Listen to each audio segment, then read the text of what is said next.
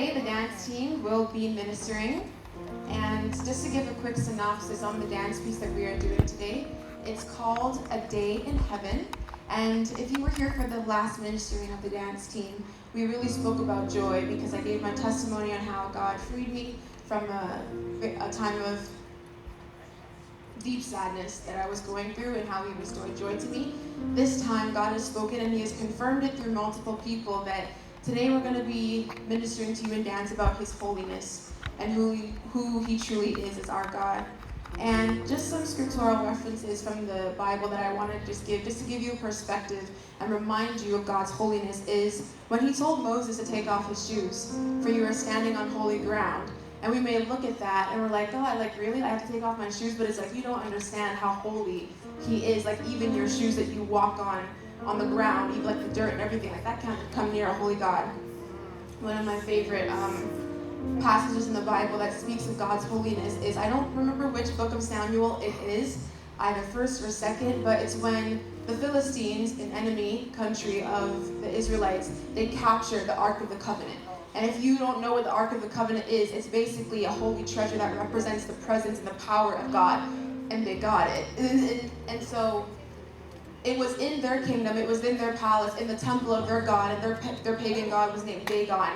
And when they captured it the next morning, they found their pagan god, Dagon, face lying down in front of the Ark of the Covenant. And every single time I read that passage, I get chills because I'm just like, who touched this statue? Because it is a statue, it's an idol.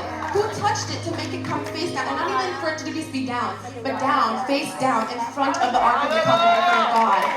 And that is the holiness of our God. Even when Moses was on Mount Sinai and he was with God for 40 days, 40 nights, and when he came down, his face was glowing, and they literally said, put a veil over your face, Moses, because your face is shining so bright. Isaiah 6:2-4 says, attending him were mighty seraphim, each having 6 wings. With 2 wings they covered their faces, with 2 they covered their feet, and 2 they flew. They were calling out to each other, holy, holy, holy is the Lord of heaven's armies. The whole earth is filled with His glory. Their voices shook the temple. Imagine this place shaking right now. Just because of our voices. Their voices shook the temple to its foundations, and the entire building was filled with smoke. Isaiah 6:2-4. That's the NLT version. Last but not least, Revelation 7:11. And all the angels were standing around the throne, and around the elders and the 4 living beings, and they fell before the throne with their faces to the ground and worshipped God. I remember I saw a video on TikTok a couple years ago, and the man, I don't know if he was a newcomer to the faith, but he was asking God, and I think he was saying, God, that's all they do? That's all we're going to do? Just worshiping you? That's all the angels do? They just worship you? Like, that seems kind of boring. And he's like, why do you make them do that? And he said, God said to him, I don't make them. God is so holy. God is so righteous that you can't help but worship and come to His presence. Like, that's all I want to do. I don't make them do that. They just want to do that.